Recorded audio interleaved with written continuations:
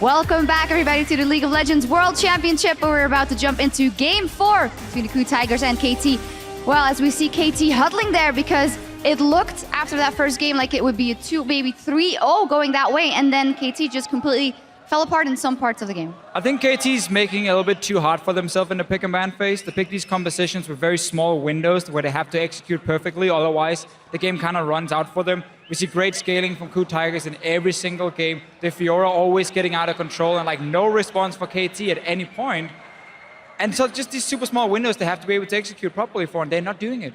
Yeah, we look just at the curve of these compositions, and KT's comp last game only really works 15 to 25 minutes, but they lose early, they lose late, and they really have to hit that mid-game window. But it's so hard. If you play Malphite and Lu, both bringing utility to the table, you need to fix that with a hyper carry. You need to sort of a Jinx in there, maybe a Tristana, something that can really carry the game. Kalista doesn't have the time. The damage is not front-loaded. There's no resets anywhere. So the only fights you're really going to win realistically is those where you CC all 3 of the carries. Yeah. We don't know what shenanigans are happening behind Probably us. some cheeky numbers. But to go on that point, one big thing we were looking at, and we looked at last time as well, was the top lane matchup. And that Fiora, pick it away or ban it. You can't deal with it. So last time KT were on blue side, which it will be here in game 4 now. Yeah. Oh, sorry, KOO Tigers were on blue side in game 4. We had a situation where KT could have picked away Fiora for themselves. They took away the Gragas instead, even though Elise was already picked. And they're like, why do you have to take a jungler here? Just take the Fiora for yourself. You should be able to play it up in the top lane. It shouldn't be that big of a problem. If it is, you ban it. I mean, it's that simple. If you cannot play it yourself and execute it, you have to ban the way, because time and time again, you pick a champion that's going to get outskilled. There was Renekton, Malphite as well. Yes, he can stack armor, but it will always be a split pushing battle that Fiora is going to win. And you have no answer because KT right now are not able to properly group up and execute the comps they're playing. Yeah, but on the other hand, before we jump back to the casters, the KOO Tigers as well, just showing in better form and choosing the comps that work for them. More importantly, they're adapting in the game, so they're learning from their mistakes. If we go to game 2, they weren't really playing to their strengths. Suddenly, they start sieging properly, chaining CC, placing the right members in the right places on the map. They start winning the game. Game 3, they lose one fight where all of their 3 carries get AoE CC'd. They learn from that, and Arrow, the remaining parts of the fight, he just went untouched overall and started carrying these fights. Yep, definitely. It's too easy for KOO Tigers, honestly, in these late game fights. And KT, I was expecting so much more from this team. Also, when it comes to this whole vision control, they're not showing it in-game at all. It just falls apart. Definitely. And I meant Prey. Well, we'll see what happens. I still think it has a lot of potential of going all the way to game 5. So let's dive into game 4 with our marvelous casters. Wow. Wow, thanks, Shocks. That was so nice. Marvelous. We are marvelous, aren't we? I'm the most marvelous. No, you're not. Come on. Oh, well, we can be marvelous together. Why do you always have to take all the marvelousness? I'm sorry. Just it's like a Marvel magnet, actually. Just Has he told you about his continental ties, Dylan? But yeah, I don't. This guy's like, he's got his continental ties. All right, that's. I suppose marvelous would be the word for it. So 4 games is going to be what it's going to be after this game. Well, okay. Anyway, 4.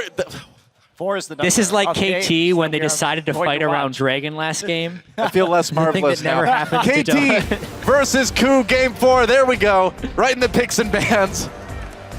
And we're not so marvelous after all. Azir banned away right away by the KOO Tigers. Tom Kench for KT. But like the analysts were saying, what do you do about that Fiora? If you are KT, do you ban it away? Do you try to pick it? Something needs to be done here. Mordekaiser banned on the blue side. Gangplank, Fiora's still up. Yeah. So we do see the rehash from KOO of the same bans and first pick that we saw in game 2 of this series. And KT here, they have left up the Darius this time, which is the change in the bans. Yep. Yeah, that's true. So now it will kind of be the make or break point. They have been able to win the matchup when they had Darius on their side, so I actually think they're okay if somebody still doesn't want to play Fiora, and they could push the make or break point to the next game of whether or not somebody would have to play Fiora.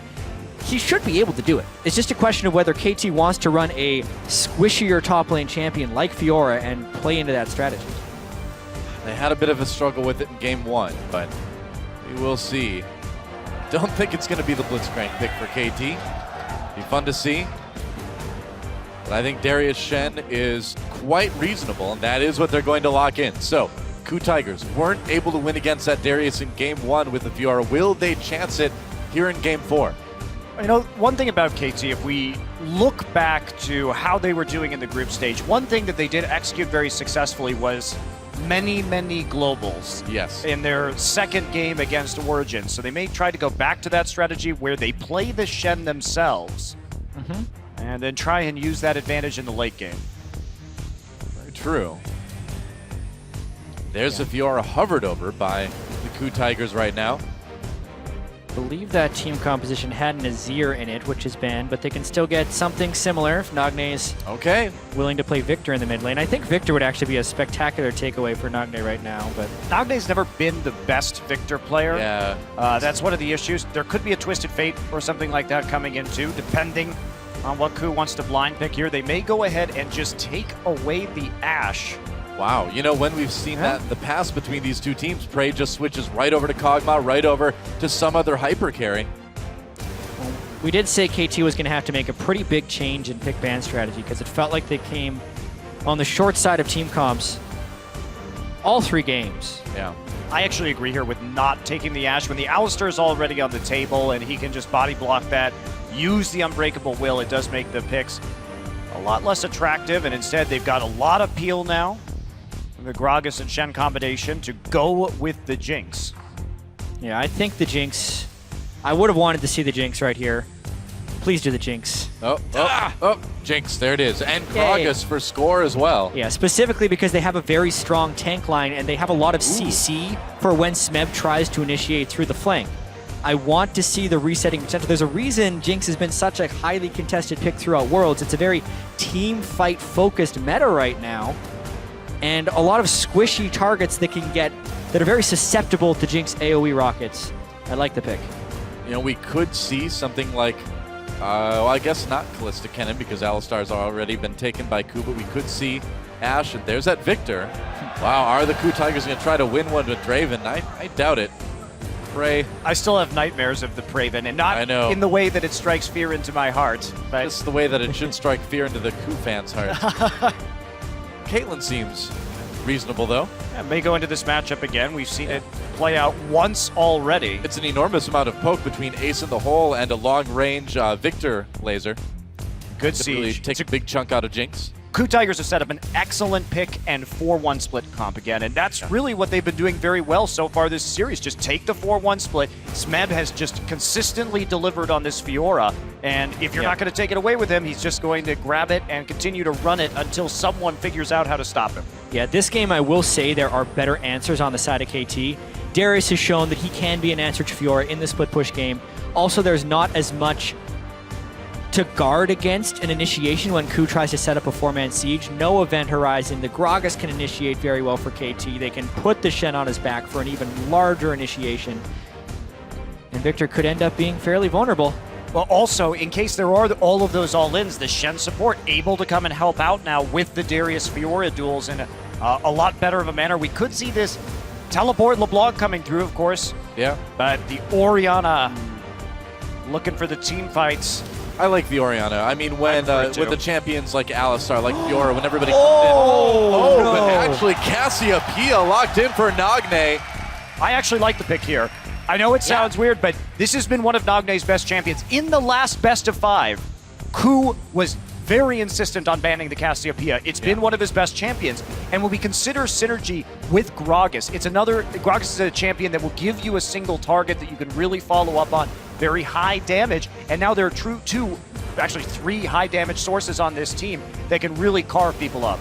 And funnily enough, since that series they played in the playoffs, Victor has received nerfs and Cassiopeia has remained untouched. So even though the game has changed around the Cassiopeia, it's still very viable in this head-to-head matchup. And Nagne, they make a big change, but they go back to a pick. You know, another benefit that champion brings too is, again, when the Fiora jumps in, when the Elise, when the Alistar get in your face, you just ult them. You just ult, you freeze them in place, you turn the team fight around. I think that's exactly what they're going to be looking for Nagne to do this game. A lot really rests on Nagne's Cassiopeia ults, and also someday up in that top lane. Yeah, I think as a counter pick to the Fiora in the team fights, this should be really interesting because we have to ask ourselves, what was happening in these last games? A lot of it was Fiora getting on top of Arrow, in that game 3. Yeah. Well, that's going to be a hell of a lot harder with the Petrifying Gaze. Smeb is going to have to be very fast to turn his back. I would agree. Well, perhaps one last time, guys, let us know who you think you're going to see in the semifinals. Hashtag KOO win if you think they're going to close it out right here, right now, or hashtag KT win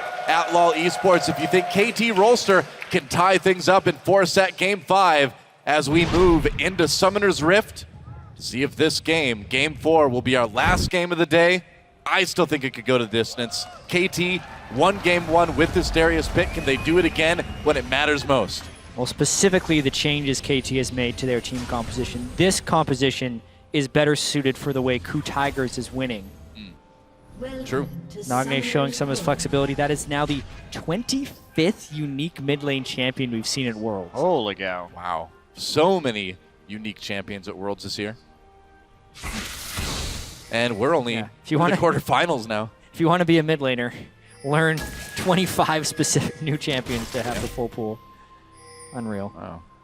It's like learning to play Tekken suddenly. Like a billion different characters. So all-time, 10 games for Nagne on Cassiopeia. He is 7-3. Respectable. Okay. Yeah, I mean, he's been a good Cassiopeia player, and Peekaboo tries to go in for the taunt on the prey, takes a little bit of damage in response, but they're doing a good amount to Gorilla as well. Gorilla just dropping a ward on his way out. And KT going for a bit of a late invade into the jungle. We'll see what they decide to do. Just a ward over the wall into the red buff pit to keep an eye on where Hojin might be going. They will just back right out after that. So is that one ward over in red? So we'll see if this affects the decision from the KOO Tigers as to where they're going to be pathing early. Looks like they are fainting up towards the top side, and we are going to be heading for standard lanes once again. Yeah, now, Nagne was originally known as an assassin player in that mid lane.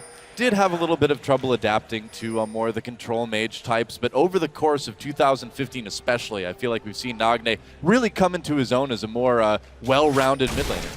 Yeah, absolutely. And he, champion pool really hasn't been an issue for these guys this year, especially since assassins, generally speaking, this year haven't been as popular. Did you see Prey throw that Peacemaker over the wall there? He must have a timing for when the Gromp normally goes down and try to steal it, but was not being done by KT this time.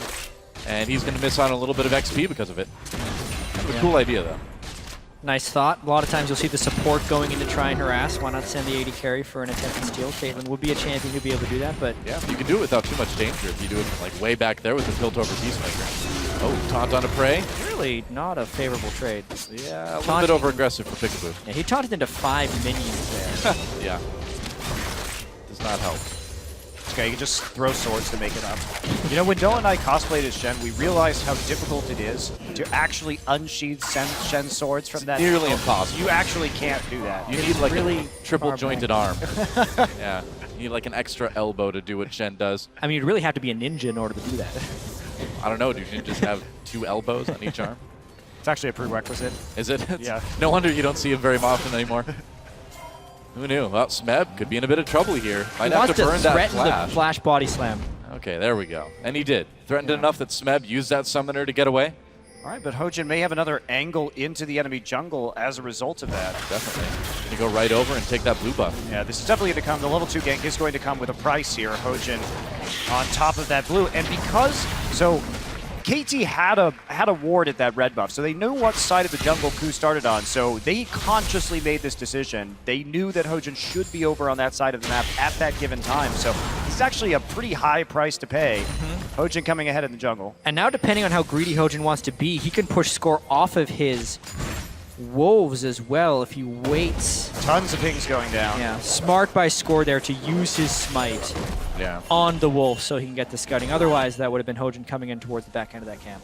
Yeah, meanwhile, they're going to try to make a play on the Nagne here in the mid lane, but Nagne already playing to the safer side of the lane. He can get back to his turret or his jungle if he needs to. And so KOO is going to quickly give that one up. They're really going to be waiting for the scaling here. Of course, you are going to get that tier, the Goddess on Cassiopeia, so your power early, not going to be too aggressive. Nice trade. Yeah, no kidding. Prey taunted, and the Flame Chopper's thrown down by Arrow immediately to set up that longer CC chain. Pretty good. TP already used by Someday in the top side. Through. And we will see Something similar from Smeb as he recalls with that wave very close to his turret. Was hoping for perhaps a little bit of a freeze there, and he may get it as he TPs right back in. Smeb doing his best to survive in this lane. Darius definitely having some of the early advantages. There's the gank. Pulverize onto Peekaboo, and Peekaboo's going to flash and get shoved the wrong direction. Not bad at all. Peekaboo escapes. I also want to call that really unlucky from Gorilla. When he flash pulverized, Peekaboo was on the very edge of the brush. So when he went to headbutt him backwards, he lost vision, and that allowed Peekaboo to then flash afterwards. So that's just the nature of the game sometimes. Well, flash for flash. And I mean, they did burn that exhaust as well during that engage. So all in all, it was 1 for 2 in favor of KOO Tigers. And getting a lot of damage onto the turret, too. They are backed up right now. This Caitlyn matchup going much better this time around for Prey so far. Nice job denying some of this CS and getting some traps down right next to the turret, making it even harder to pick up the farm.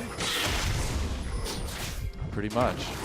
Hojin just farming for the moment anyway. I wonder when Nagne's recall timing is going to be. Remember that he does have the teleport, so he can come back to lane. He definitely has enough money for the tier at the moment, but isn't going to start stacking it up just yet. Yeah, wants to push Kuro in a little bit more, it looks like.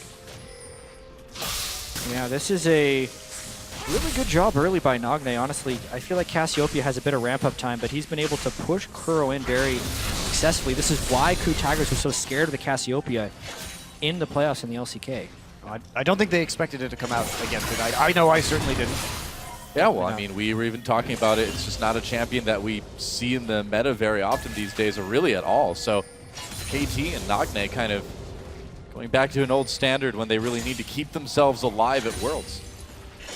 You see how conservative Sunday's playing right now. He doesn't want to get ganked. He understands that Nagne really wants to press the advantage in the mid lane and is already pushing forward on the map, and so doesn't want to open up any kind of opportunities for KOO while the jungler is in the bottom side. Well, the stats pretty similar for these two top laners between Smeb's Fiora and Sunday's Darius. Been a pretty reliable pick. Yep. Uh-oh. Oh boy. Prey. Danger down here. Yeah, teleport coming down just to confirm it. Prey on top of those flame choppers. Yet again, gonna flash away. Turret hits doing a lot of damage to Peekaboo. Peekaboo nearly goes down. First blood goes to Peekaboo. And he makes it out. He must have had like 10 health there. Oh, revenge from the bloodthirsty support. Gorilla wants a kill too. Trying to take down Peekaboo, but can Peekaboo get that taunt off before Gorilla catches him? Victor's on the way too. That's right, the mid laner's coming down, and KOO Tigers trying to collapse down here in bot lane. Kuro doing a lot of damage to Nagne. Flame chompers are dodged. Nagne in a lot of trouble, has no summoners, and he's gonna get taken out. Kill goes to Kuro. 1 for 1 in the end, but that's a kill on the mid laner for KOO, which makes it a bit better than Peekaboo taking that first blood. Yeah, Peekaboo only got out with a sliver of health too. That was an overly aggressive dive that I think was appropriately punished by the KOO Tigers. Prey had his flash, and Nagne did not teleport in a position in which he could combo after the flash. He ends up burning 4 summoner spells just to get that initial kill, and it's ridiculous KT didn't get punished harder for that. Yeah, and also just trying to start that play. Arrow had not been back to shop yet, so assuming you're going to burn somebody down with just a Doran's blade, and we also look at the buy from Nagne before the TP. Tier and Negatron cloak? That's not a smart dive to make. You are not itemized to do that efficiently. Yeah, well, someday pulls Smeb in. That apprehend. Can't quite catch him at the Q though. Close call for Smeb. And Nagne back to lane. Still not a ton of damage. Oh, there we go. A dive onto Someday. Smeb pops that ultimate score there to try to protect his top laner. Can they turn it? Smeb in a bit of trouble. They can. Someday with the kill there. Still low health. Nice explosive cast from Score. Hojin sent running, and he's going to get taken out by KT. And that's this 2 kills. This KT. isn't the first time we've seen Someday get an edge in the top lane. The question will be whether he can play smart enough to hold this one. This time, though, it was Hojin who flashed in for the initiation, and they didn't have the burst to take down Someday, allowing Score to come in for a nice counter gank. Look at the CS discrepancy even before anything else in that fight. Again, Score has outpassed Hojin in the early jungle, and when he found the 2v2, had the superiority. Yeah, and especially because he had that ult by the time the fight began, too. So really doing a nice job. You see Hojin right here. They think they caught him out. Flash Cocoon immediately. There's the grand challenge coming down. Someday going to path back to Score. And then Smeb out of mana, too. Yeah, there's a heal coming through, and Score just keeps Hojin off from getting the return kill with that ultimate hitting 6. Smeb was pretty low from the initial trading in that lane, so that makes that a much riskier ult than you would first assume if you can stun the Darius from the Fog of War. And here's well something, punished. here's something to really watch too. When KOO Tigers get rattled, Hojin starts to over-prioritize ganking in top lane. That could have been the start of that. We're going to have to really watch that closely to see if there's starting to be a bit of a mental breakdown for the KOO Tigers already in Game 4. I don't think they were that worried, especially because they did do such a good job of turning around the teleport gank in the bottom side. You think so? Yeah. Oh, there we go. Nice Taunt on to TC. Prey. Yeah, Prey stuck in place for a long time. Peekaboo taking a bit of damage himself too. Ends up being a decent trade for KT. Those AoE rockets doing a lot of damage to the bot lane from KOO. Yeah, they had to back off though. Gorilla was 6, so had that unbreakable will. Should they follow up? Peekaboo still only level 5 and not really going to be as useful in terms of ultimates in a 2v2 fight. Yeah. So nice. They got a good trade. Just take it, walk away. I'm actually very surprised Peekaboo's been able to land so many taunts onto Prey. 650 range, 80 carry with the 90 caliber net that can get him out of range It mid is Gen kind of Con surprising, pass. isn't it? Especially with the danger of the chain CC from the Flame Chompers. That should be one of Prey's top priorities, is to not get taunted by the Shen. It's a bit odd. But Peekaboo's positioned well and used the Fog of War, and Prey has not wanted to net away defensively. Oh, Peekaboo able to protect his pink ward for the moment. Keep the Gorilla from taking that one out, but now the lane is going to get pushed in KOO's favor. At least it was for the second anyway there. It is so weird to see a series between two Korean teams where support Shen has become such a priority pick. This has never happened before. We have not seen support Shen in Korea this year until Worlds. We didn't see it in Korea at all. Only here. Welcome to Worlds. I guess.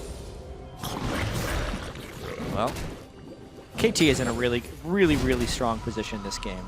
Anagne, despite the poor teleport bottom lane, is farming up well, stacking his tier, not getting punished. Hojin, yet to complete his jungle item, where his score's been sitting on Cinderhulk for quite some time. And Arrow's Jinx is farming up completely fine against Caitlyn. Pretty much everything KT needed to go right in the early game has gone right. And Someday too, what a difference in his play this game. After he got those kills, you could see he called score up just to protect him in the lane for a counter gank in case he was ganked. As soon as he backs off, they push the wave into the turret. Someday walks into the river to ward. So they are taking many more precautions at conserving their top lane advantage in this game compared to the last couple. very true. KT with the pressure on the bot lane now. Hojin's there to try to help out. He is recalling at the moment, though. CS fairly even in mid between Kuro and Nagne at the moment. Kuro's actually done a nice job catching up. He was pretty far behind there for a while. He has. And he has rebounded in that lane, but Someday still a bit of a problem, of course, finishing that phage early, so he does have that item advantage, and he's starting to run away with it in terms of farm as well. Well, here comes Score. They're going to try to take away the blue buff, and it doesn't look like KOO is in a position to stop them at this point. We'll see. He may just want to dive up and top here. Someday, Smeb trying to bait him in, but Someday not quite going under turret yet. I like Smeb using his riposte so early to block the decimate, so it's never even a threat to get 5 stacked for the ultimate. Also, Score doesn't realize he was spotted by a ward while going for deep wards. I have to be very careful here, since Gorilla did recall and head up that way to begin with. Well, Nagne's gone. He does have TP if he wants to go for it. Hojin just going to go ahead and ward this up. Find that Nope. Score is already there. Coming in, and oh, who got it? Hojin. Able to take it for KOO. Didn't get on the mid laner, but at least they kept it away from KT. I mean, that execute damage in spider form, you do just have a nice amount of burst there for Elise. Yep. It's something anyway. Ooh, Ace in the hole already doing a decent amount of damage with that BF sword for Prey. I like the early ace in the hole just for harassing lane from Caitlyn. Yeah, why not? Especially when the support is gone, they have to wait so the Peekaboo can't block it, but that was... It's a low cooldown, it does a lot of damage, and when your team is trying to push things up to take control around Dragon, you might as well use it. Nice job by KOO on the vision clear there. Very safe, considering they have the pink ward there, and they waited for 3 people before they cleared out enemy pink up towards that side, so they weren't going to get surprised by anything. Yeah. We're more likely to see the 3-lane push here from KT than we ever have been. Already an upgraded warding trinket by Nagne. Oh boy, Gorilla's going to take a lot of damage. He may have to burn that ult. He does. And that's a pretty crucial ult to not have available when you're going in for Dragon. Never mind. Here we go. knocked Every in. teleport. KOO may have an opportunity as teleports come in. KT scaring KOO away. Hojin taken out. And KT continues to pull a little bit farther ahead every time these two teams crash into each other here in Game 4. So Someday actually ended up canceling this teleport. Kuro still has his with that. But yeah, Hojin getting punished there for the squishy Runeglaive Elise. Well, Someday able to get that top lane turret too by canceling the teleport, so they still certainly got a lot of value out of that. Yeah, there's not really a way to KOO can go ahead and do this dragon Yeah. at this juncture either, of course, with the jungler down, but KT falls back to safety, just going to keep on split pushing, and they have so many wards in that bottom side river right now. Oh boy! Oh boy, Prey taunted right after the explosive cast. Beautiful play by KT Rolster. Smeb on the run, turns around with her pop. Gorilla with the engage. Can Kuro do enough damage to turn this one around? He's going to throw the Chaos Storm down onto Score, but with Nagne entering the fight, flash ult. He's going to get the slow on Gorilla and Smeb. Kuro still trying to get something done for KOO. He'll get one kill as Peekaboo gets a bit too close. Arrow grabs one in response, though. Peekaboo did not need to come back into that Kuro's fight. not done yet. Nagne playing it dangerously. Oh, where is he? Another kill for KT and Nagne. I think that was a home run attempt for Kuro right Yeah, there. he Because tried. they're losing so much off of that fight. KT was supposed to be on the offensive, but Score's Gragas ultimate turned it into an offensive play because Someday, this whole time, is in a pressure position, which meant that KOO needed to press their advantage bottom lane. KOO lost absolutely everywhere, and they lost harder because Kuro tried to make up for it at the end of that last fight. And because Smeb was in the bottom side, now he is down. We see just 100 about to 50 or 155 CS. So taking that, I mean, Smeb gets forward here. What a great Beautiful. ultimate, though, from Score. And then the chain right into the traps and the taunt. Oh, man.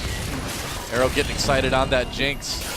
Gorilla with a nice counter engage to let Kuro come in and do something at least. Yeah, the big problem, too, was that death ray was very poor by Kuro, not actually hitting anybody. If he had been able to land his full combo, that may have gone the other way.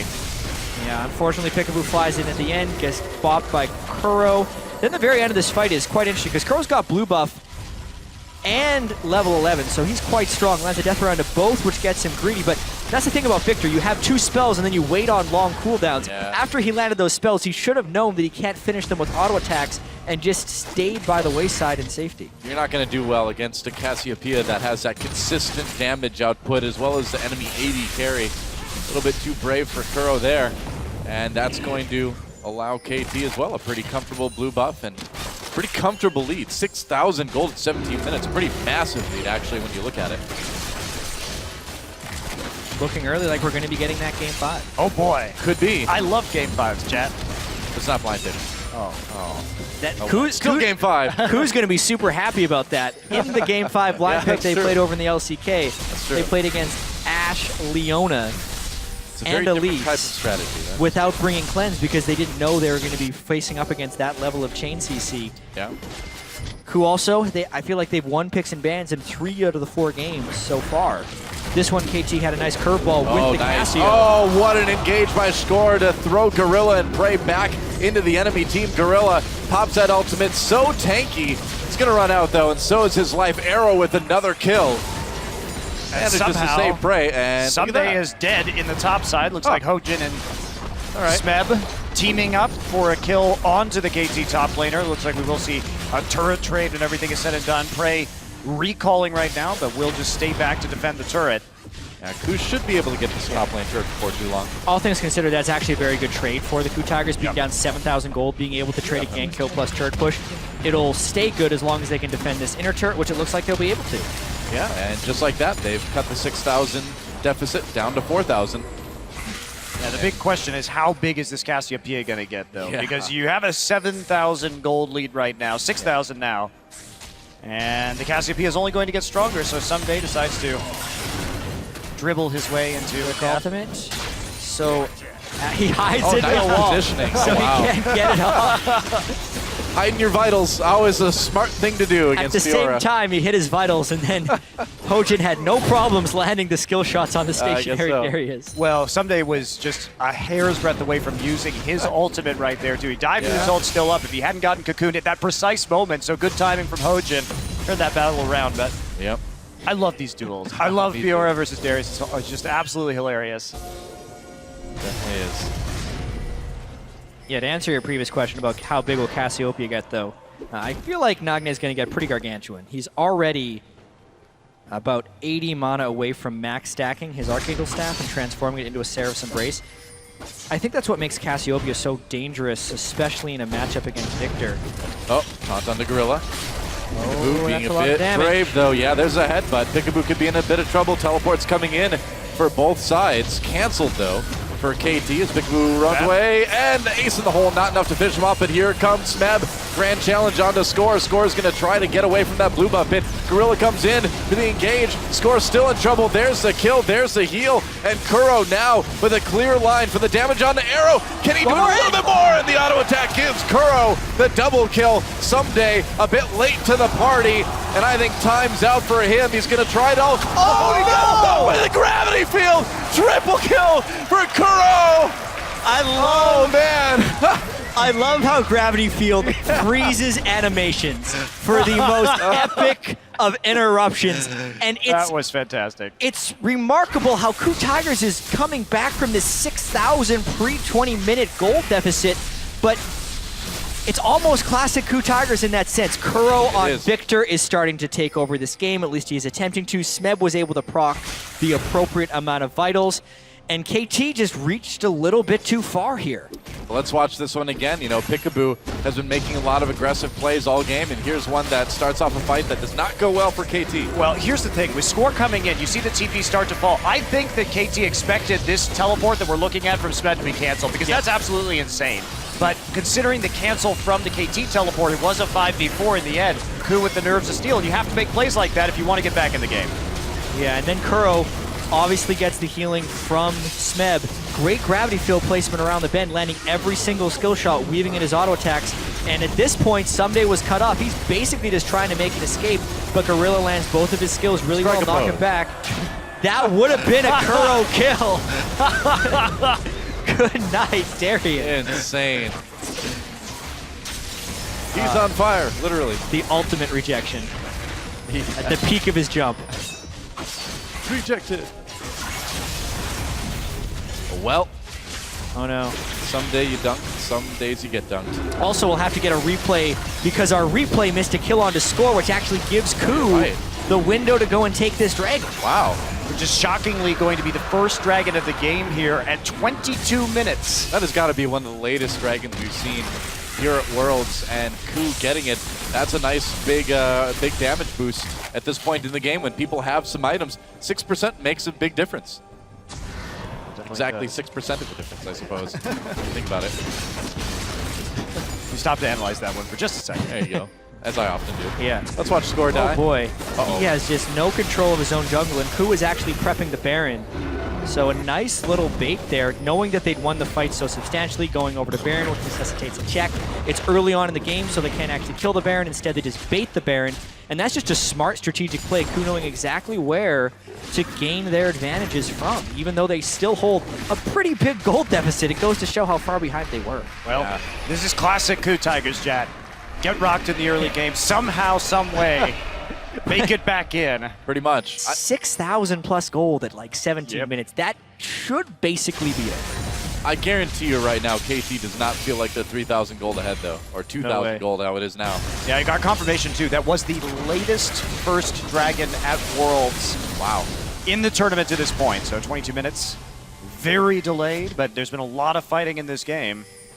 And emphasis on the towers. So KT, I still think comfortably has a scaling advantage here with this Cassiopeia. Of course, the Fed Victor going to cut into that just a little bit. And how many times have we seen it with KOO winning and we say, well, the mistake is that they gave Kuro Victor. Well, here we are again in KT fighting for their tournament life, and they gave Kuro Victor. It's a dangerous thing to do against the KOO Tigers. Yeah, Score does have his flash up, and Kuro was down a flash. I think one of the biggest weaknesses of Victor is when people can get directly on top of him and displace him. Yeah. He is mobile, and he has good defenses when you're running at him, but if you successfully close the distance, he can be punished. And KOO is in the danger right now where they have such a high concentration of their gold onto a flashless mage right now, and that is their weak point. Or their vital spot, you could say. KT may try to take advantage of Someday coming up the river right now. Looks like he's going to be too late to catch KOO. They've already taken down the turret. So KOO Tigers safe for the moment anyway. Yeah, but Smeb sacrificing a lot of farm for this, and he's falling further and further and further behind, 164 to 237. Wow. The farm at the moment, but they're able to get a little bit of global gold onto him before sending him into that bottom side. Someday, you know, he does have a tendency to take over games like this as a player.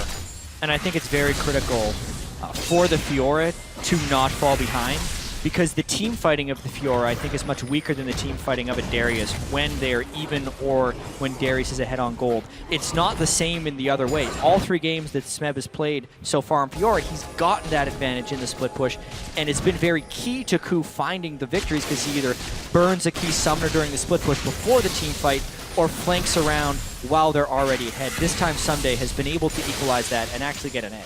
Yeah, he's about 1,300 gold ahead at the moment too, which is quite substantial. And when we're talking about this specific team composition from KT, they have so many executes, Darius ult, Jinx ult, but it's the damage over time and the AoE damage from Jinx and Cassiopeia that are setups for a possible Darius pentakill here that is very, very dangerous. You can tell that KOO knows this. You can tell they're aware of it. They sent Smeb down to the bot lane to get a little bit of farm by himself, try to catch up a little bit of that CS deficit. So we'll see if he can. He's got his teleport, so he can join his team if he needs to. I also have to point out that Someday built the Quicksilver Sash. We've been talking about how good Smeb has been at proccing all those vitals, which does 40% true damage if you proc all 4 of them at this point of the game.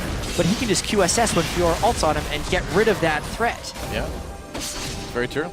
And also QSS out of a very embarrassing gravity field once in a while.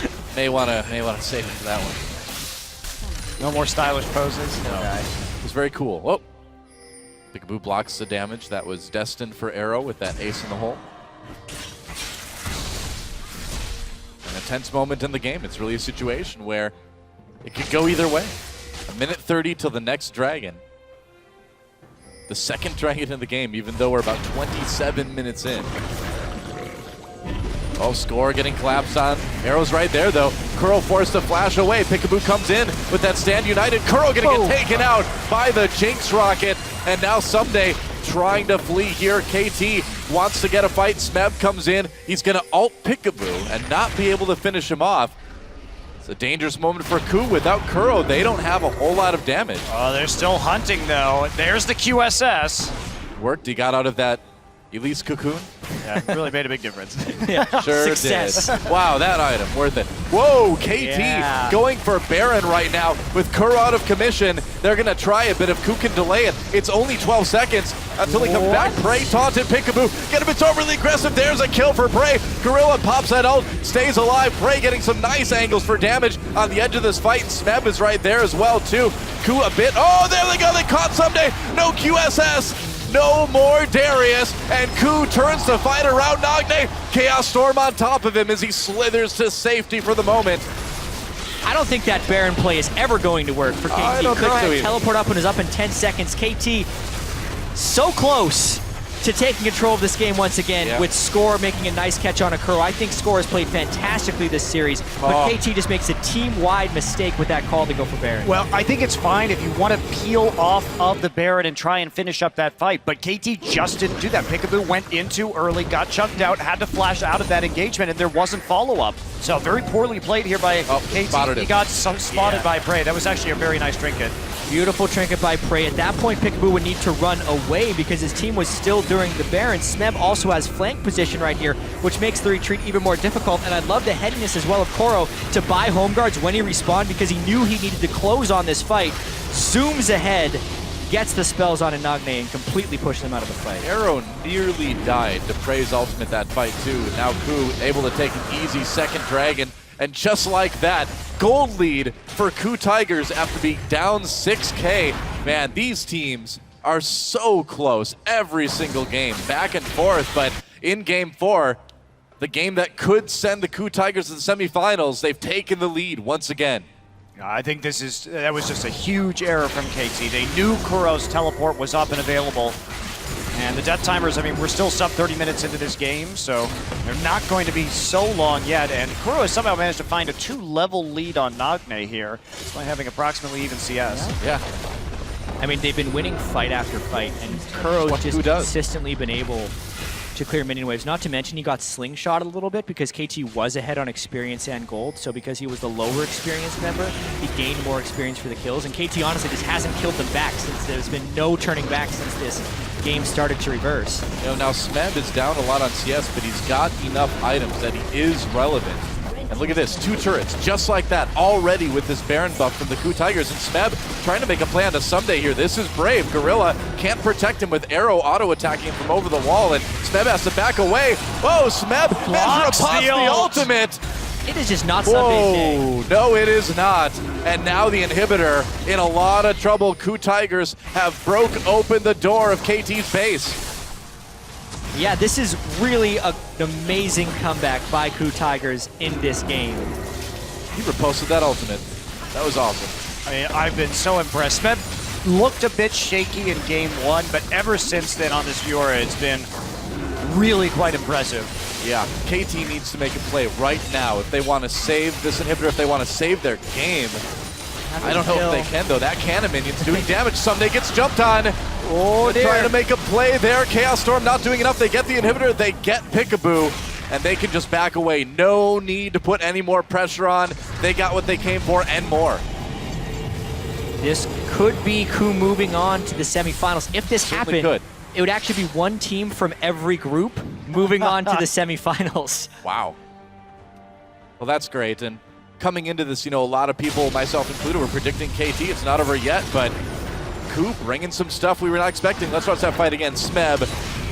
Well, they basically just make a decision right here. And Smeb, there's the riposte. Oh, and they wanted to make a play. They send their damage dealers over to that side to try and get a pick and then move the game forward from there. But instead, they just end up losing their inhibitor turret. Yeah. Look at the gold differences all the way until roughly about the 28-minute mark in favor of KT, and then KOO bringing it right back again. Yeah, and it's made worse by the fact that KT actually had and has a pretty good scaling team composition. If Nagne can get in the right positions on Cassiopeia, Yeah. Score can catch the squishy targets out of position, and Arrow can shoot from the backline. Even if the gold is like this around 32 minutes, KT is by no means out of it, but they just feel really disorganized at this point of the game. KOO Tigers has so much momentum, and I feel like their mentality is stronger. They're making the proper calls, and I've seen a lot of really poor decisions from Peekaboo and the rest of KT in the last 15 minutes. Well, when KOO Tigers group is 5, we found it's really hard to stop these guys, and KT could still definitely turn this game around. They've got to get some confidence back. After those last couple fights, anybody would be feeling not that great. And it goes to show the swinginess of this game. Your normal Baron power play gives about 3,000 gold, 6,448 from that last one. Yep. Smeb split pushing here with those super minions in the bot lane as KOO Tigers move towards the inhibitor turret up top. Score has his flash right now. You would hope that he tries to pull the trigger on a body slam flash, but they need to clear these super minions away from their Nexus turret first. Darius doesn't actually do it that quickly. Yeah. Oh, they're going to lose the Nexus turret. They do.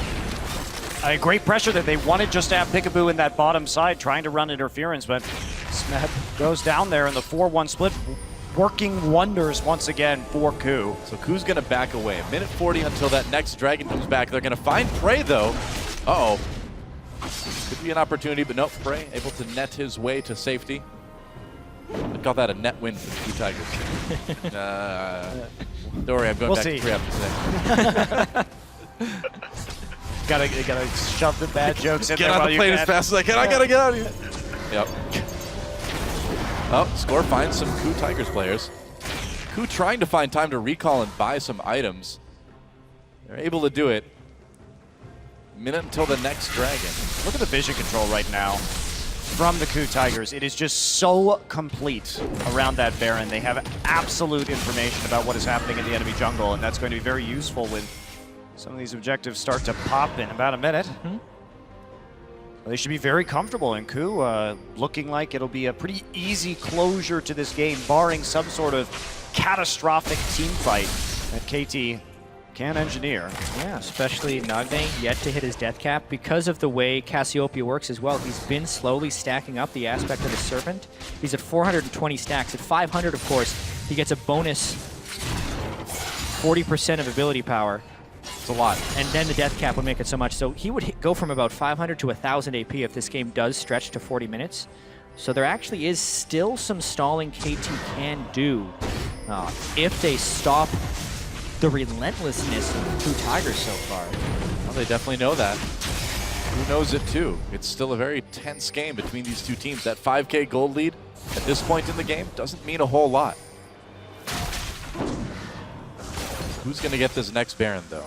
This next Baron fight is going to, I would say, almost certainly decide the winner of the game. The Dragon's going to KT, or to KOO, rather. And the Baron is really not coming at the right time for KT Rolster. They're already down a Nexus turret, and their inhibitor is yet to respawn.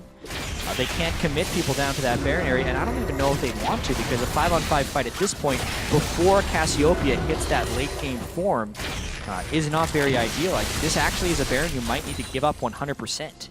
I mean, and if you do that, you kind of wonder if you can stop the KOO Tigers. Well, the nice thing KT has going for them is great kiting potential, so they're not really going to be able to be dove with Cassiopeia and Shen at some of these turrets, so maybe that would be the way to discourage a game from ending, but again, you have the Victor Gravity Field and the Caitlyn to siege, so it still would be hard. This is a very, very tough decision for KT to make. There's a very high percentage win here for the KOO Tigers based on the current circumstances. It'll really be down to their execution, in my opinion, because even if they want to dive turrets, they have Rolster, one of the best champions for such situations, getting the flat damage reduction. Yeah. The longer KT can stall, though, the better it is for them. Death cap was completed by Nagne, and their inhibitor has respawned. Just came back. That's great timing for them, really. They managed to prevent the instant Baron take. We do see Someday fading back into It's a trap. his Nexus fountain. It's a trap. And are they going to catch score here? Maybe. Ace in the hole comes in.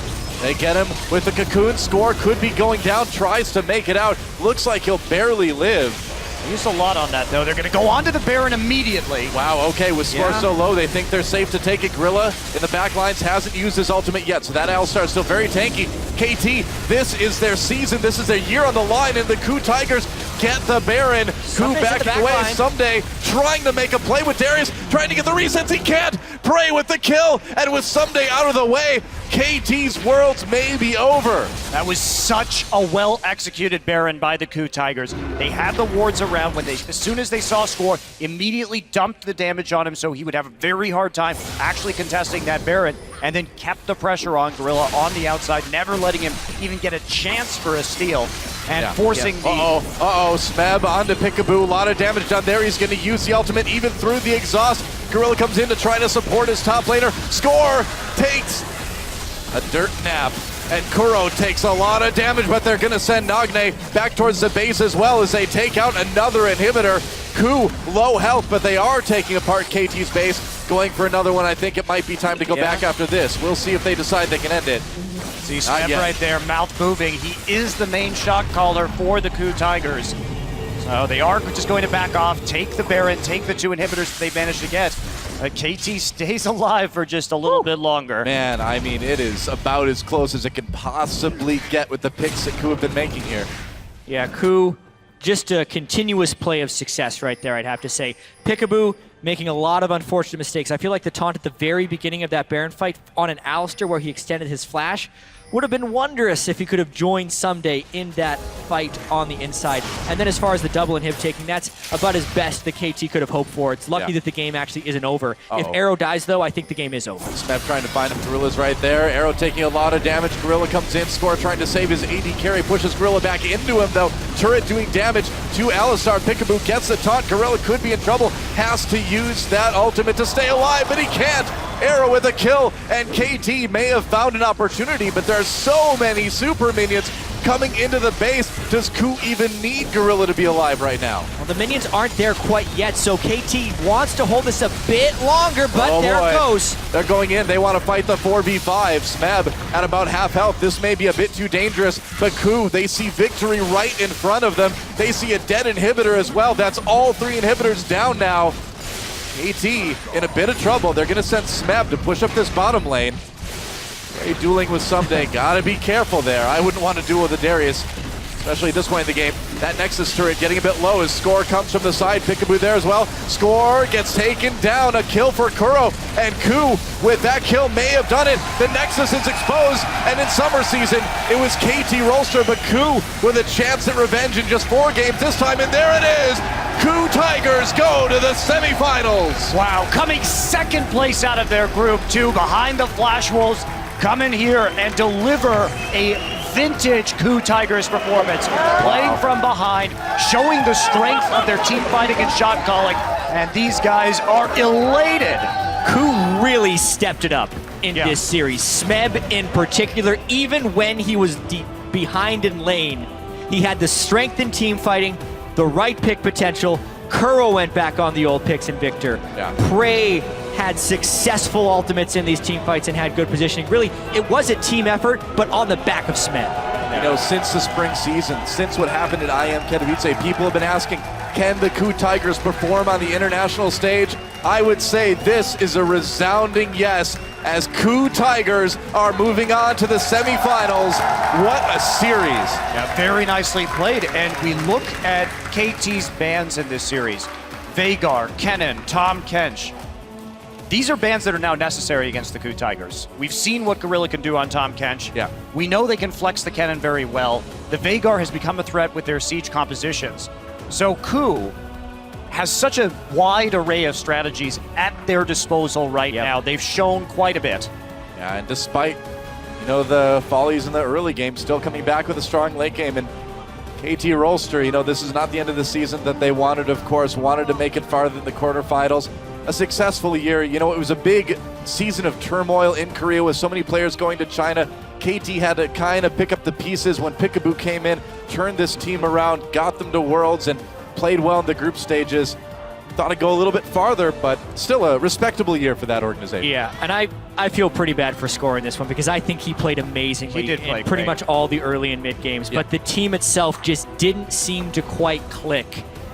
KOO is playing some really smart League of Legends, which requires you to be completely cohesive in your shot calling towards the mid-late game, and that, along with the pick and bans, I think is where KT fell short.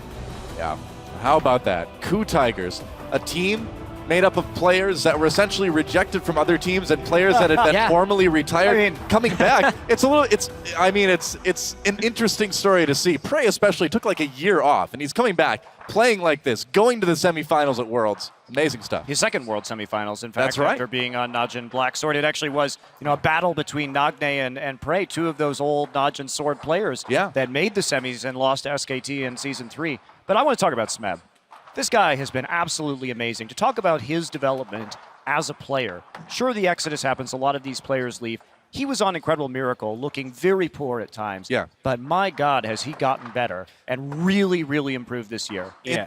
It's crazy like Smeb, because in 2014, you never would have called this guy a strong top laner. He was far from it, but pretty strong in 2015. Yeah, and it's been almost an up and down season too, because the spring for KOO Tigers was kind of the split of Smeb, and then they did slump at the beginning of summer, but he seems to be back on form, and he's really, I think, the first one to fully display the power of Fiora and take advantage of all of her strengths, because we thought Fiora was going to be such a priority pick coming into the World Championship, and then it wasn't. But here it is again. Well, we can talk about the rest of his champion pool coming in too, because sure, he played a ton of Fiora tonight, but we've also seen he's pretty damn good at Darius, to the degree that KT thought it was best to ban it, keep it away from him in this series.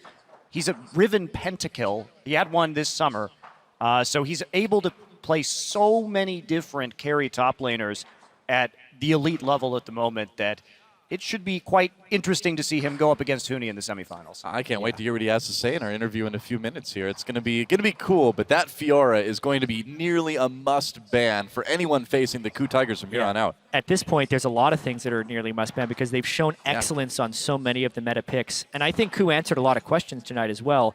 They were in the group of life, so to speak, and didn't even win that group against the Flash Wolves, who looked very sloppy in our first quarterfinal. So a lot of people were thinking maybe KOO just didn't have it in them, not to mention all of the struggles they'd had at international events in the past, like IM Katowice. So I think this is just a really redeeming game for KOO, the team of veterans who had actually failed on the international stage prior. I think the main issue they had is when it came down to it, those high-pressure matches, the KOO Tigers kind of tended to collapse. We saw it at IM Katowice, we saw it in Korea as well in certain matches, but towards the end of summer season, it really was looking like they had solved those issues, and with that last best of 5 we just saw, winning it in 4 games over KT Rolster, I think those issues are long gone now for the KOO Tigers. So we're going to throw it down to Shox for an interview with KOO's top laner. Thank you very much, Doa. And congratulations, Smeb, getting to the semifinals with the KOO Tigers. I want to talk a little bit about the last game. We know you guys are good at comebacks, and you didn't see it, but you were down 6,000 gold around 20 minutes. How did you manage to do it and come back from that? 이제 쿠 타이거즈 팀이 워낙 역전극을 잘하기로 좀 유명한 팀이기도 하지만 이제 스맵 선수는 모르셨겠지만 6,000 골드나 이제 뒤지고 있었거든요. 이제 그런 상황에서 어떻게 역전극을 만들으셨는지 좀 말씀해 주세요. 저희가 좀 슬로우 스타터인 것 같아요. 그래서 연습 때는 막 저희가 막 긴장도 안 하고 하니까 좀 처음부터 막 몰아치는 플레이가 가능한데 대회만 오면은 특히 초반에 좀 무너지면은 많이 힘들더라고요. 그래서 그래도 최대한 열심히 해보자라는 생각으로 했던 것 같아요. So I think in general we're a very slow starter. Like during scrims, we play very aggressively and it works quite well. But I think at the actual tournament, we get quite nervous and it doesn't work the way we planned. So during this game, we just said let's not give up, let's keep doing our own plays, and I think that's how we managed to come back. All right, and quite nervous for the series, of course, for a spot in the semifinal in the summer playoffs. You guys played KT, and I can imagine you were looking for revenge. A lot of people thought it would go all the way to 5 games and be a lot closer. Why do you think it was that all of a sudden you seem to be better in a lot of things than KT in this matchup? 이제 지금 KT와의 대결이 지난 썸머 플레이오프 때 이제 지기도 해서 살짝 복수전이기도 했고 많은 사람들이 좀 더 치열하고 좀 5경기까지 가는 그런 접전이 일어날 거라 예상을 했었는데 쿠 타이거즈 팀이 어떻게 준비를 해서 이렇게 좀 비교적으로 상대적 우위를 점할 수 있었는지 말씀해 주세요. 저번 마지막 그 KT전은 저희가 사실 자신감이 있었는데 준비할 시간이 너무 없었어요. 그래서 저희가 블라인드 픽까지 준비를 했었었는데 그걸 못 해가지고 좀 아쉽게 패배한 것 같고 저희는 근데 저희 팀은 모르겠는데 저는 그 저희가 준비만 열심히 하고 준비한 대로만 된다면은 무조건 이길 수 있다고 생각했어요. So during the summer playoffs, our team was very confident, but I don't think we were just prepared enough, especially for the blind pick, the blind match, the 5th game. So for this coming match, I don't know for the whole team, but at least for myself, I was very confident that if we prepared well enough, that we could beat KT.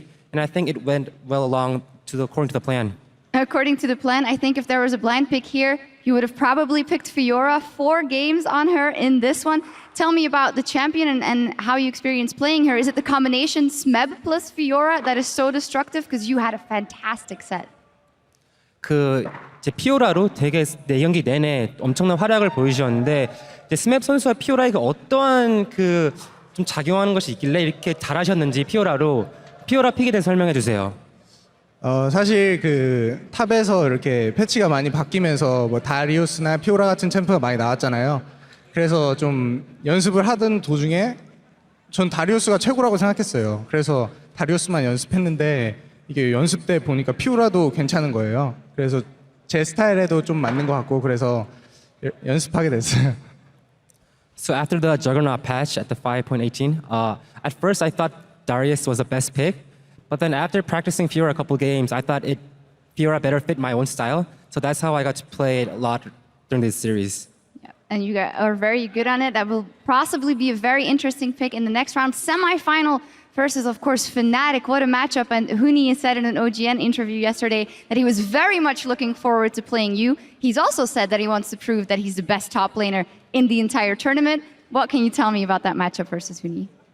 예, 내일 이제 다음 주 4강전에서 이제 후니 선수와 탑 매치업이 남아 있는데 후니 선수가 어제 승자 인터뷰에서 온게임넷 인터뷰에서 스맵 선수랑 붙는 것을 되게 이제 고대하고 있다고 얘기를 했었고 이전에도 후니 선수가 이번 대회를 통해서 자기가 최고의 탑 라이너인 것을 증명하겠다고 얘기를 했어요.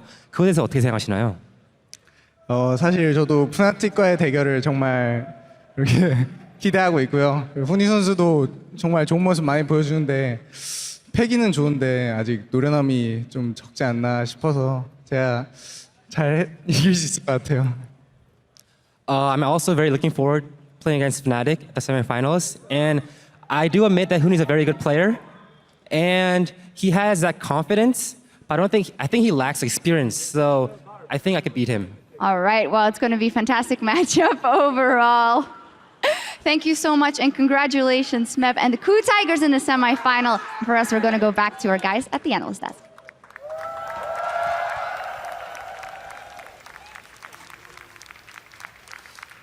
Thank you, Shox. The 3-1 victory there for KOO. Interestingly enough, this means that one team from each group has qualified for the semifinals. We have KOO from Group A, Fnatic from Group B, SKT from Group C, and Origin from Group D. So everyone making a representation in the semifinals. But I do want to dive into this game because KOO once again, and Smeb specifically on that Fiora, played very well to close it out. The laning phase was not pretty, to be honest. He fell behind by, I think, 70 CS at one point, but that didn't matter. It looked like he was playing the same Fiora that he played the previous game, which was tower diving left, right, and center. And again, KOO comes out with a better composition that can be executed into the weaknesses of KT, which they very gladly just pick every single time, and to be expected, a clean win from them. There's been a lot of talk about the Darius versus Fiora matchup, and I was talking about how Fiora is very, very similar to Riven when you learn the intricacies of it, and Smeb kind of echoed that sentiment there, saying he thought Darius was the one to go for, but then once you learn the mechanics on Riven, you're able to take that away. So when it's Fiora versus Darius, you end up having the burden of execution be on Fiora. It's her decisions that really affect that lane, when she riposts, when she actually dives in which direction. So the way that that's played out is when you have enough games on Fiora and he has been putting the time in, you take that matchup, I would say 70% of the time, if you have the skills to do so. So like what I want to hit on is KT. Like KT with the draft, I feel like they tried to copy Fnatic in a way where they pick a stronger mid lane matchup that can roam, that LeBlanc game specifically against EDG. They pick a strong mid laner that can outpush. Cassiopeia is considered quite strong into Victor because this matchup is very punishing, but later on, of course, Victor wins because of scaling.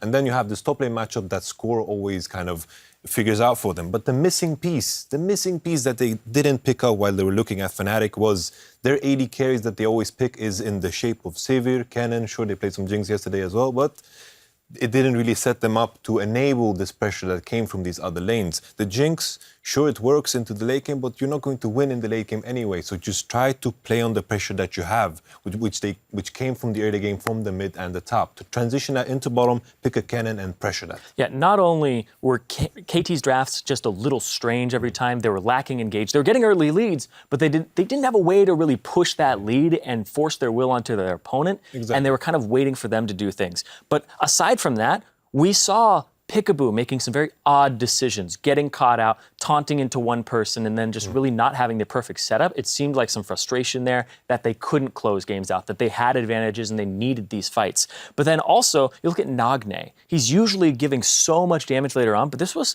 an underperformance from a lot of members from KT here. Well, sure. I do think that KOO played pretty well to have that comeback victory. On top of the fact that it was a little sloppy, them getting caught out in certain instances, but what really stood out was the chaining the CCs during these team fights. They have a compositions with a lot of crowd control. You saw with the Caitlyn traps into the Veigar cage.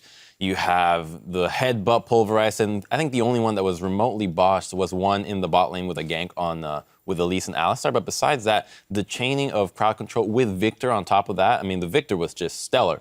Probably the best Victor in the tournament. Maybe Faker can contest that, but I'd be looking at that pick. All right, a couple other things I want to explore. We already mentioned that there were a few games in which KOO did get behind. So when we look forward in the tournament against teams that are even more willing to put pressure on, Fnatic as an example, how are they going to buff up that early game to make sure they don't get 3-4K behind and against a team comp that won't let them back in?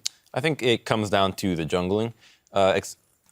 Lee Hojin didn't have a very stellar jungler performance, particularly with the jungle pathing. He was in wrong places at the wrong times, and we highlighted that he fell behind 2 levels in the jungle. By the time that Score was level 7, he was level 5, and that's because he kept sitting in the top lane brush, just waiting for something to happen, based purely on intuition and not really actual ward knowledge. So once he focuses on playing with the information that you have instead of your intuition, which may be wrong or may be incredibly right, you will have a better showing. And that's where I want to flip to the other side of the matchup, Zyrene. Score for me on KT was the big performer of the day. Even with the loss, was coming up huge, making a lot of plays, really had a great presence around the map. Yeah, if KT ended up winning, Score was probably going to be player of the series. He was having such consistent performances from every single game. He was getting his top laner ahead. Sometimes, someday would throw that away, and then he would go bottom and he'd get his bottom in advantage. And these are where those early game advantages were coming from, was Score's pathing, and also his casks were just really good, catching prey out a couple times and being able to continue to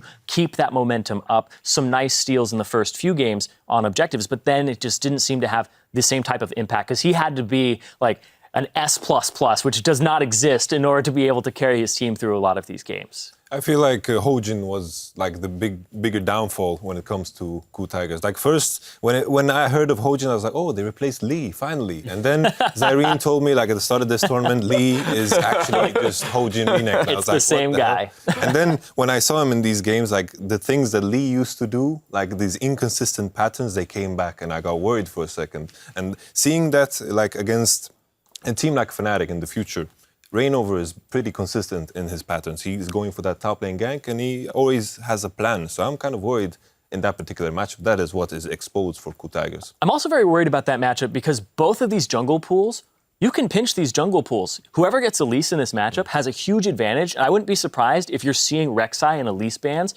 on every blue side, or at least maybe one of them and forcing the other one to be banned because you'll get one yourself. I think that you can pinch this pool pretty hard. I think it's less so if whoever gets Elise and just Elise is broken. You can't be like, you just can't beat this champion. It's too strong right now with the tower diving. It's how we talked about, you pick Elise, you've won the lanes for everybody else. Like, hey guys, I'm existing. I'm doing my job. Yeah, very much so. But you bring up a good point, which is pinching of champions and the distribution of champions in pick and ban, because once again, with the performance of Smeb on Fiora, we're seeing now Fiora, Tahm Kench, the Veigar. mandatory Mord and GP bans, the Veigar, all the Elise being a huge pick, and then that's without even target banning any specific team, where now you're saying like, oh, we want to get Azir out against this guy, or Victor. What do you do now? All of a sudden, this is making champions like very interesting in terms of how teams are going to allocate the power and where they put their bans. I actually think the pattern that the Fnatic had in the group stage was to kind of disrespect the opponent, particularly the Yasuo top game, and saying, you know what, we're just going to beat you with what you have. We'll beat you with just a weaker pick, but we can outskill you with it. That was kind of I'm not sure if it was Huni's mentality or the team mentality, but that's why it was picked. Riven, on the other hand, is a champion that we have no idea how the matchup into Fiora goes at the highest level. This is the first time we've seen Fiora really showcase in all 4 games back-to-back. Okay, these are the limits of the champion. How crazy does it get into the late game? Okay, very crazy. What about Riven? How does Riven do into that? I'm guarantee you Huni and Smeb don't have a lot of matchup into that because not all the top laners here play those 2 champions, so there's not a lot of practice. Final thoughts on the Champions League? I think it comes down to what idea people have coming into Champions League. For example, when it comes to KT, they have this idea that Darius is a stronger part, but against Fnatic, they've shown the Riven. So that is one way of dealing with these stronger champions. If you find a way to deal with these champions, you don't need to ban them. And GP Mordekaisers, there's no way of dealing with these champions. You just have to be banned. All right, well, we're going to take an opportunity to head backstage where Deficio is standing by with KOO's victorious jungler. Thank you very much, Dash. I'm joined by Hojin from the KOO Tigers. He just qualified to the semifinal where he's taking on Fnatic, of course.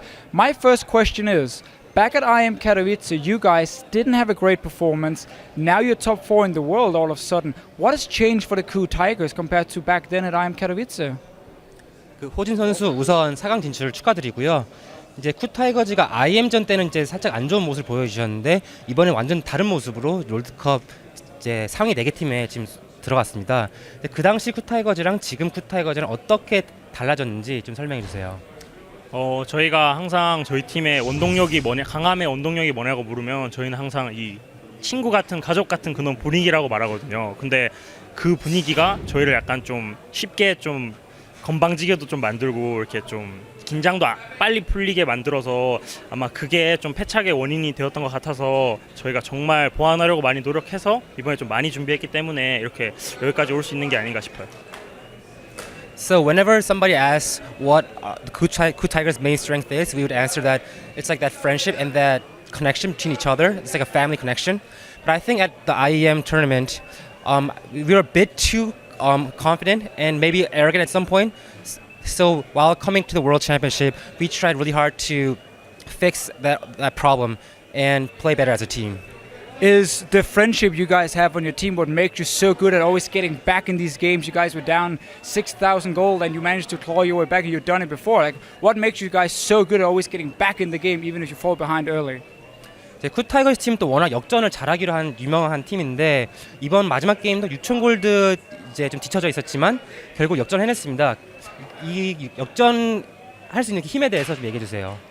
아까도 말했듯이 저희 그 가족 같은 그런 친근함이 단점이 될 때도 있지만 이렇게 역전할 때 장점이 되어서 역으로 작용할 수도 있기 때문에 아마 그런 이유로 저희가 이렇게 역전도 잘하고 또 운도 좀 따라줘서 그렇게 이긴 것 같아요.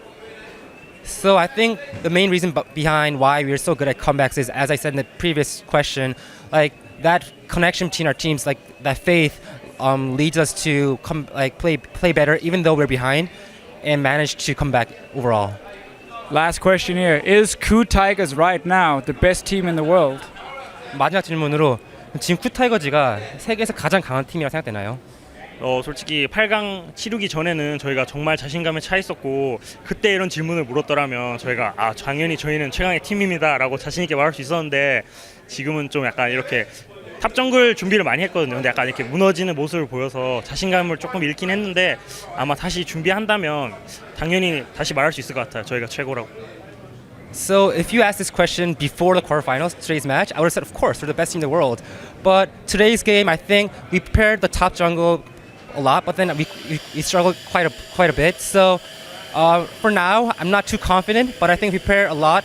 For the next semifinals, we can regain that confidence to say that once again we're the best team in the world. Well, I wish you the best of luck and thank you so much for the interview. Let's send it back to Dash and the guys on the analyst desk. Thank you, DeFicio. I love the first question, the response to the first question, because it paints the picture of KOO Tigers, a team that rose to dominance in the spring split, then had quite a stumble, definitely struggled for a large period of time, made their run back up into Worlds, and here they are flourishing, top 4 teams at Worlds now, and they look pretty good. Hojin there saying they can still be better, but... Friendship's what allows them to come back. They're just a bunch of bros playing League together and just happen to make it to the semifinals of League. I kind of miss their cute outfits, though. They used to have such great outfits. I always look forward to their outfits. I think it's also the lesson of underestimating preparation. I think most teams go through this once. I remember this one game we played against Giants, who were known for playing with this Jax and Morgana every time, and we didn't ban it, and we got smacked by it. So that's I think it's just the lesson of preparation and appreciating preparation. And to your point, Zyrene, them not being allowed to have an infinite number of uniforms makes us look better by comparison, because they're not showing up at the tournament and outclassing us. Turning back to the top lane, though, Smeb had an exceptional day as the grand duelist on the Rift and claimed our player of the series honors. He just had an amazing series. Coming into here, we were looking at Someday as a guy who had so much consistency to him, but then this 1v1 matchup just kept happening all of the time. And Smeb got to a point where he was level 18 when everybody else was level 15 in the game, and he just kept coming back from deficits with Hojin at his side. Lose a little bit early, but he was always staying in it. That friendship really coming through for KOO Tigers. So the question is Fiora MVP or is Smeb MVP? Smeb. It's just on the screen. I think it was very clear based on the graphic. No, but Smeb, because as we mentioned, the skill cap of that champion, where sure, Fiora is a strong champion, but only if you can execute on it properly. That's why I'm looking forward so much to Smeb versus Huni, because they both play Fiora, they both play Riven, they both are mechanically just gifted on these champions. I want to see what happens there, because we might have another Faker versus Ryu kind of outplay going. All right. I hope to see the same. Looking at the quarterfinals as a whole, though, earlier we asked what surprised you the most in this stage of Worlds 2015. And Nick Renier tweets, no quarterfinal series has gone 5 games despite such an explosive and unpredictable group stage. It's like the first thought that comes to mind. Even though some of these matchups didn't go to 5 games, like the Fnatic EDG, I felt it was really close, even though it was a 3-0. Yeah, a lot of these games with different picks and bans, right? We just saw a series between KT and KOO that could have gone 5 games if everybody was playing the pick and ban well, and then they went through and then they executed on it. But something, everybody's like, oh, who do you want to win the World Championship and all that? And I'm like, you know what I really want is the the finals to be all 5 games. We've never had a World Championship finals go all 5 games. That's really what I want. So we're saving up for it Yeah. by having no 5-game no series 5 games, in the just quarters. We're gonna have a 5-game. As long as final. I get that one. Well, the reason you don't have those 5 games quarters is because the tournament meta has really stabilized. After you get the group stage goings, especially as it's divided in a couple of days in between, it really allows the teams to reassess what they did wrong and what they did right, and then come up with a better strategy, practice against each other with what they deem is the better strategy after what they had practiced before Worlds. And then, you get a lot of more refined gameplay, and it might not look the prettiest, but at least in their own context, it's the best league that they can show. Mm-hmm. All right, next up from Eric Darua, the strength of Tom Kench has surprised me. I knew he sounded strong, but wow, he has shown his power. Speaking of tournament meta, Tom Kench is definitely up there in my opinion. I'm really surprised that people lagged on finding out how powerful he is. Same with Fiora. I feel like both these champions moving forward in semis and finals are going to be highly contested because they are both extraordinarily powerful, and what they do on the Rift, not many other champions can even do or contest. It's like when I saw Tom Kench for the first time when it was released, my comparison that I drew, like when it was supported, is just like a worse version of Thresh and Morgana, but in reality, it's just a better version of both. That's what it is. You had it all backwards, my friend. All right, well, with the quarterfinals done, let's see how the bracket settled. KOO Tigers took down KT Rolster, and we'll move on to Brussels, where they'll face Fnatic. And in our other semifinal, it's Origin and SK Telecom battling for a place on stage in Berlin. That's our show for today, but we'll be back next week starting with an all-new, hot-off-the-griddle Belgian-style primetime league coated with all the sweet memes you've come to know and love. Then on Saturday, our Worlds coverage returns from the Brussels Expo as Europe's Origin takes on the LCK's SK Telecom T1. And on Sunday, it's Fnatic versus KOO Tigers battling for a spot in the finals. Our coverage kicks off on Saturday at 4:30 p.m. Central European Time. That's 7:30 a.m. Pacific. And according to EU West Kalsong Rick, Soaz will have his work cut out for him with Marin. Marin has surprised me the most. I knew he was really good, but not godlike. Yeah, Marin has definitely been a huge force to be reckoned with. And not only that... Another Fiora player. Exactly. He's another Fiora player, and we've seen him play from a deficit as well. And also, Marin calls a ton of the shots for that team, right? So he's a big leader for them. If you can take down Marin, or if he snowballs, he starts putting that into the rest of the game. One of the weaknesses that he's had, though, this entire time is that he's relatively easy to gank. He plays so aggressive that whoever he's playing against can feel a little oppressed after his up-in-your-face playstyle, just always putting the pressure on. And if you just find a way to sneak a gank in there, you can probably set him behind quite a bit. If you're ganking him, you're not ganking Faker. It's like, why would you ever gank Faker? Like the beauty of Marin, yes, I find them very beautiful. The beauty of Marin to me is the fact that he fits into all of these different metas so well. It's like we come into this world with a complete new meta, like revolving around these assassins. People questioning Marin being able to play these like bruisers, assassins may be the wrong word, but Fiora, Darius, and he's playing them phenomenally. The fact that he's willing to adapt and doing it really well is what is amazing to me. You could call him a timeless top laner. Well, that does it for us today. The Worlds tonight is hitting your browsers in just 15 minutes, so stick around for the week's action broken down by myself, Spawn, and Crumbs. Now, on behalf of the entire live broadcast crew bringing you Worlds 2015, thank you for watching. We'll see you next week, and good night.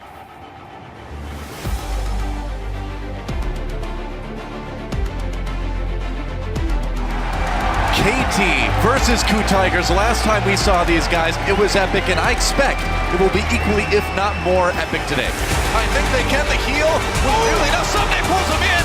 Oh, and he gets 1-for-1. In fact, Sunday got that kill. And now KT comes in. A huge apprehend by Sunday, and KT all over the KOO Tigers. KT Rolster, GG. Now they get him back out of the fight, got exhausted, couldn't really do anything. Double kill comes in for Curl. They're going to tear apart KT. Game 2 goes to KOO Tigers. But no follow-up there. Oh, never mind. Unstoppable force. For Sunday, another nice knockup comes in. Big heal for KOO Tigers, and they will chase KT over the moment.